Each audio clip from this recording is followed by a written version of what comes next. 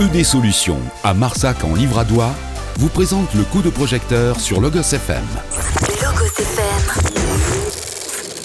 Coup de projecteur sur Logos FM. Aujourd'hui, on vous emmène au cœur du Livradois-Forez, à la rencontre d'une association qui place le bien-être et l'humain au centre de tout. Être bien en Livradois-Forez.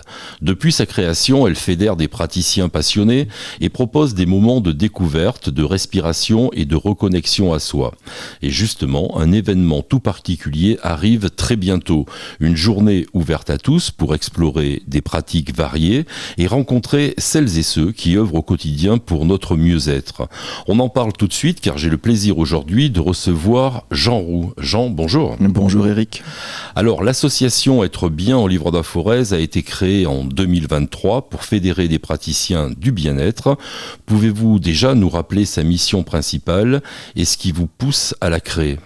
Notre jeune association Être bien en Livradois-Forez a pour vocation à la fois de permettre aux praticiens du bien-être de notre territoire de se connaître, ça c'est la première mission, et également de se faire connaître et de faire découvrir l'ensemble de nos pratiques auprès du public.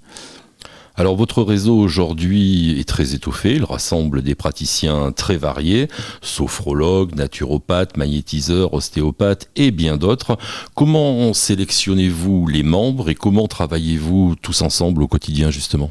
Nous sommes actuellement une quinzaine d'adhérents dans l'association avec un organe décisionnaire de 6 membres. C'est une direction collégiale de l'association et donc on a ce bureau de 6 membres qui va coopter différents praticiens, le but étant d'avoir un ensemble de pratiques représentatives de toute la diversité qu'il existe en termes de pratiques bien-être sur le territoire. La façon dont on va travailler ensemble par la suite, ça va être déjà entre nous de proposer des ateliers découvertes de nos pratiques respectives. Donc on a régulièrement des échanges de pratiques entre thérapeutes, entre praticiens bien-être. C'est le fil rouge de l'association qui permet aux thérapeutes adhérents de se connaître, puisque nous avons tous des pratiques en cabinet individuel. Et donc il y avait ce besoin de se connecter entre thérapeutes pour pouvoir échanger aussi sur nos pratiques respectives et pour pouvoir adresser nos consultants à des confrères qui ont des pratiques complémentaires aux nôtres. Alors justement, depuis sa création, est-ce que d'autres adhérents arrivent régulièrement ? Est-ce qu'il y a de nouvelles adhésions très fréquentes ? On a des adhésions régulières, il y a aussi un turnover comme dans toute association. On est à la recherche éventuellement de nouveaux adhérents. L'idée étant de pouvoir, comme je le disais tout à l'heure, offrir un ensemble de représentatifs de toutes les pratiques existantes sur le territoire, qui sont très nombreuses. Vous organisez aussi des conférences, ateliers, animations tout au long de l'année. Quel type de public participe justement à ces événements ? Quelles sont les attentes que vous percevez sur les gens du territoire qui viennent vous rencontrer ? Le public est assez varié. On a des gens qui sont des habitués des salons du bien-être, des habitués du monde du bien-être en général. On a des curieux qui viennent participer à ces journées découvertes, aux conférences que nous organisons. Les attentes sont aussi assez variées.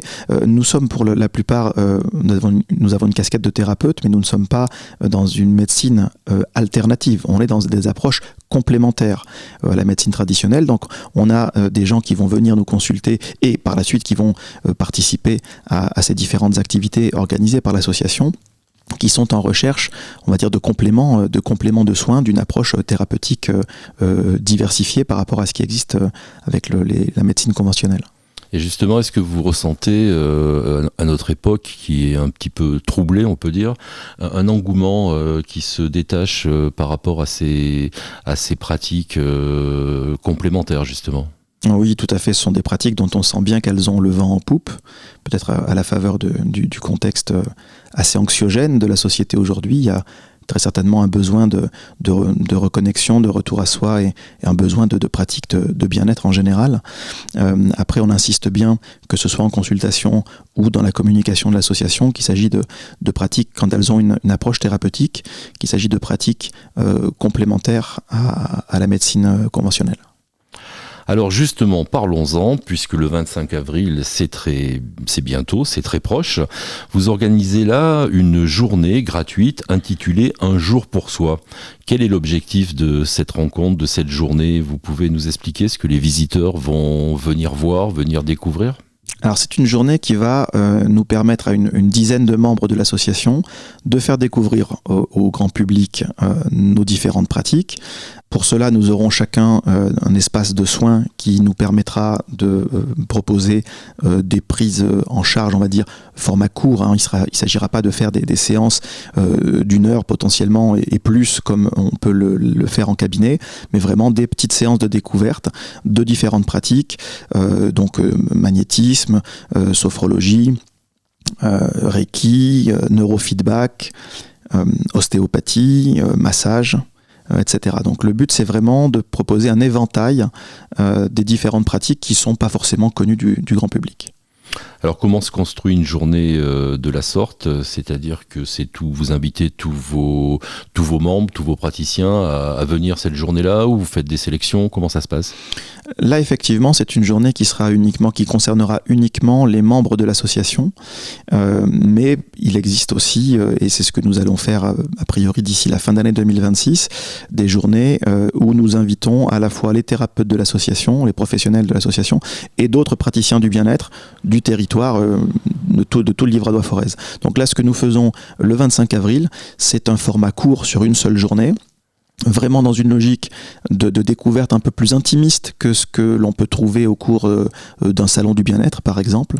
Et nous avons un projet pour la fin d'année d'organiser, comme nous l'avions fait en 2023 et 2024, un salon du bien-être, là sur un week-end entier avec une cinquantaine d'exposants.